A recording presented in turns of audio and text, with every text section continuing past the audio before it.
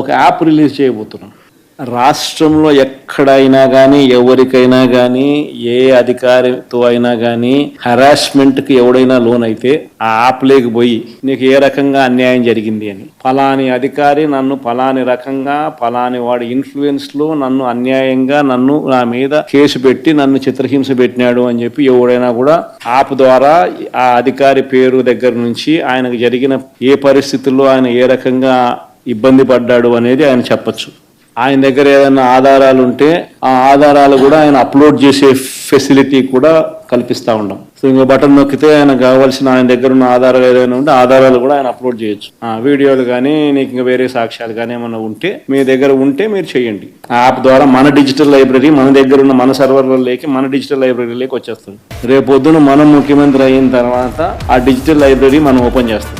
మనం వచ్చిన తర్వాత అవి ఓపెన్ చేసి ఎవడెవడైతే మన కార్యకర్తలను అన్యాయం చేసినారో వాళ్ళందరినీ కూడా చట్టం ముందర ఏ రకంగా నిలబెట్టాలనో ఆ రకంగా నిలబెట్టించి అందరినీ కూడా సినిమా చూపించే కార్యక్రమం మాత్రం జరుగుతుంది. అందరినీ కూడా సినిమా చూపించే కార్యక్రమం మాత్రం జరుగుతుంది. ఆ చేసినవి అన్నీ కూడా వడ్డీతో సహా ఏదైతే నువ్వు ఎత్తుతున్నావో అదే పనులు.